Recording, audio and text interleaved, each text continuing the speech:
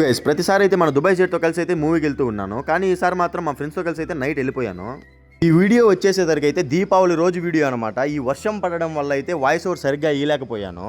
అందరూ దీపావళి అని చెప్పి క్రాకర్స్ పేల్చుకుంటూ ఉంటే మేము మాత్రం మూవీకి వెళ్ళిపోయాము. మా ఫ్రెండ్స్ మార్నింగ్ నుంచి అయితే ప్లాన్ చేయలేదు, అప్పటికప్పుడు అయితే ప్లాన్ చేశారు మూవీకి వెళ్దామని చెప్పి. ఇంకా టైం చూడండి 9:22కి అయితే స్టార్ట్ అయిపోయాము. టికెట్లు దొరుకుతాయో లేదో అని చెప్పి చాలా భయంగా ఉంది.